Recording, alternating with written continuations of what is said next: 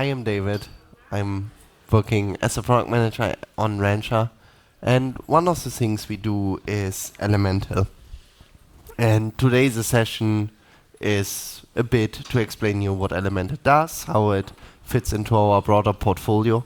And as it is a tutorial, we're going to quite deep dive, and we're going to do with Elemental a couple of operations, like creating machines, spinning them up, creating a cluster, doing some cluster operations, so that you get something to take home.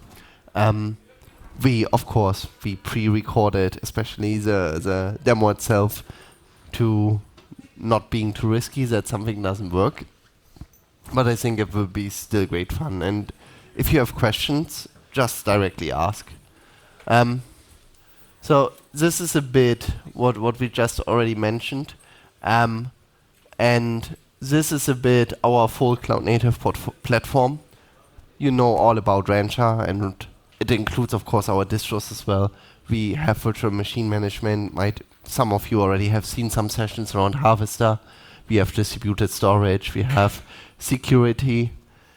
We have a new child in our portfolio, which gives you great observability. So this is why you see our newest edition with a red outline. And what is very important is we have as well an operating system. And our operating system we recommend to jointly use with Kubernetes in our cloud native environments is SUSE Linux Enterprise Micro. And what we do additionally is with Elemental, we have a way to very cloud natively manage the operating system on your host machines. And the really appealing point of it is that if you really don't need to worry about the operating system, Elemental is a great way how you can do this. So, but let's first of all talk a bit about SUSE Linux Micro, because what is really important to understand is there is no Elemental without SUSE Linux Micro.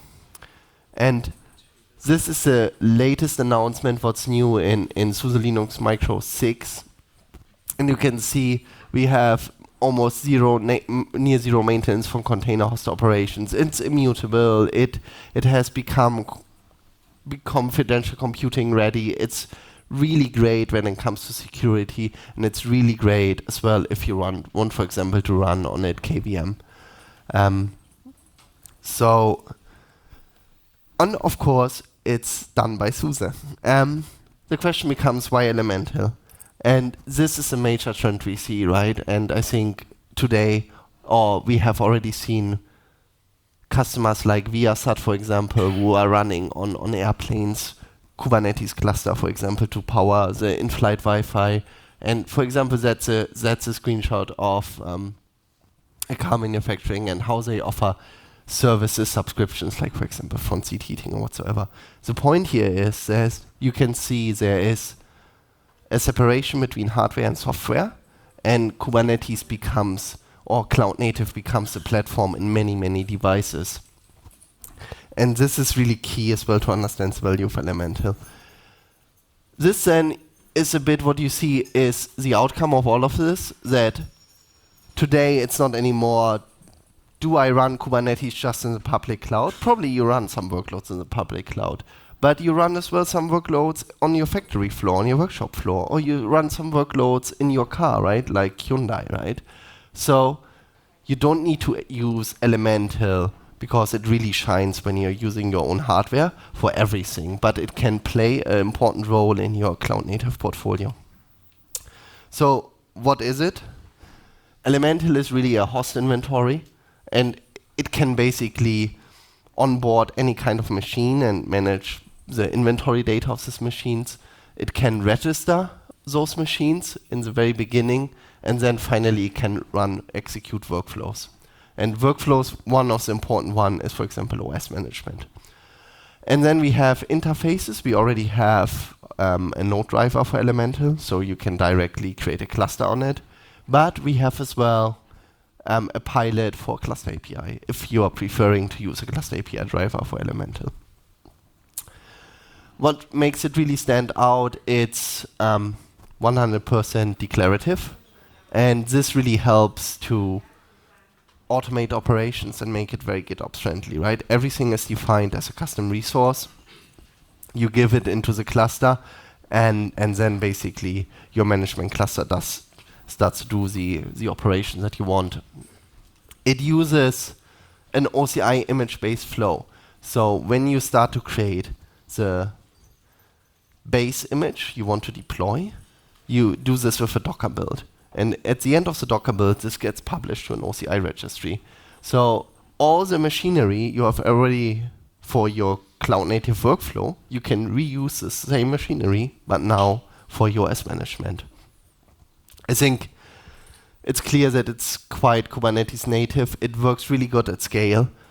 And from somebody that comes from a Kubernetes perspective, it's not very disruptive because it fits so well into your normal workflow. So now we're going to directly start with a walkthrough, and we're going to onboard machines from zero. We want to create a Kubernetes cluster. We're going to upgrade the operating system. We're going to scale up the cluster, and finally we're going to reset the machine. All right, so you can see here I already have installed the OS management, the UI extension, and this is basically the interface, right? The first thing we're going to do is we're going to create, I think we are just explaining it right now, right? But we're going to create, in the advanced settings, a channel, right, for our OS versions. And we already have a 5.5 channel, and we have already a 6.0 channel, right? And I think SUSE Linux Micro 6, when did it come out? Like 2 weeks ago? So we already fully support this. And the next step we're going to do is we create, let me a bit move forward, the registration endpoint. And the registration endpoint is super critical because this is where we create as well some markers. So when we do this, you can see that we give it a name. For example, my Fire node. We have here our configuration, and you can see that our snapshot is just using Btrfs. So the same that we do for Linux Micro, you can configure your name and your password and basically inject the configuration that you need. And I think the most critical part is the labels. If we can go to the labels. So the labels are basically attributes we're going to match this specific registration endpoint on. So for example, I think in this case, and make sure that then we roll out the right OS image to the specific version, right? So you can see here, we created, for example, a key and a value like Elemental and Fire, and a manufacturer, which is actually injecting a variable. And as a next step, we gonna now, when we created this channel, we have now the full URL. We're gonna create a boot media, right? And we can, with boot media, we support ISO and RAW. So you can as well, for example, RAW is important if you want, for example, to deploy to a Raspberry Pi. And now we select our channel, right, our OS version, and we create the media, right? And once we have created this media, we can now basically, because it knows the registration URL, we can now boot up this media wherever we want. The machine comes up, calls home to Elemental, understands basically the attributes we said before, the key value pairs, and starts to do to make sure that this machine gets added to the inventory and becomes available to be managed by Elemental. So now you can see we are setting up some virtual machines. We boot those up. And if we now go back to our inventory, you can see that they're coming online. And now they are waiting to get the latest plan. And now they are totally ready. And now we can create basically an Elemental cluster, right? So if we now go to the Elemental cluster button, we can have, for example, we create here a cluster, and more importantly, this is really key, right? So now we can use the machine pool feature and the attributes we had before, right, that we pass through, and we can match against them. And you can see, for example, that 3 existing machines match this. And now imagine, for example, you have a use case where you have special hardware on the machine, right? You can basically make sure, when you create those cluster, that only the machines who come with the specific hardware are matched when you create this machine pool. So this gives you a lot of flexibility. And we create a 3-node cluster in this case. And I think this is all, you know this all quite well, right? We bring up a K3s version, and this is all quite standard. And you can see here we have our cluster. So the next thing we're going to do is we're going to create an update, right? So we're going to create an operating system upgrade.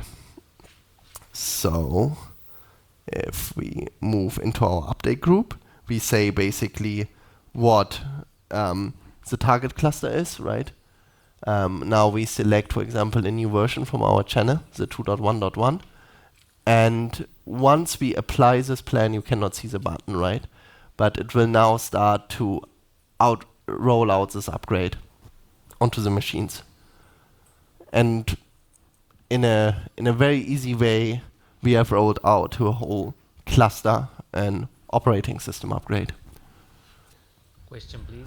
Yes. So from the perspective of operating this at scale, let's say in a fleet of clusters, and I have some kind of custom hardware, like let's say Dell EMC or VxRail that has this abstraction that they do Metal as a Service with, and instead of the ISO source, you have some link to firmware. Would this scale this way? Would you be able to leverage Metal as a Service? The fundamental difference you would do is that, and this is not shown here, but you create the image via a Docker build. So you would, when you create this specific image, and you need, like for in example, GitOps.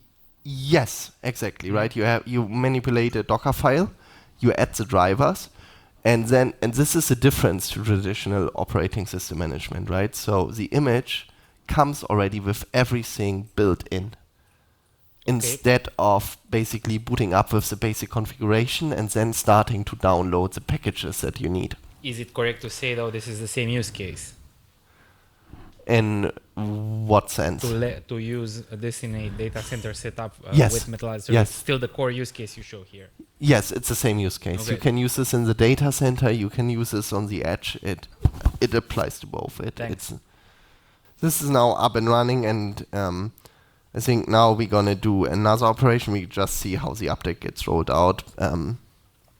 We're gonna now add a new machine. So we added just a second machine pool. And now you see the second machine pool coming up. And this worker, what is quite nice is it will initially roll out, because it's using the same registration endpoint, the initial version, which is 5.5. And then it will automatically upgrade to the 6.0 version. So this as well takes a moment, but now all 4 are online. And you can see how basically the new node, the Quadrant 1, doesn't have yet the plan upgrade label from the latest upgrade, and will perform now this upgrade in a bit. So this is, and now everything is upgraded to the latest version. So it shows you how you can very easily add additional machines. This is a quick Elemental overview and a demo, a tutorial, a walkthrough, and happy to have a conversation.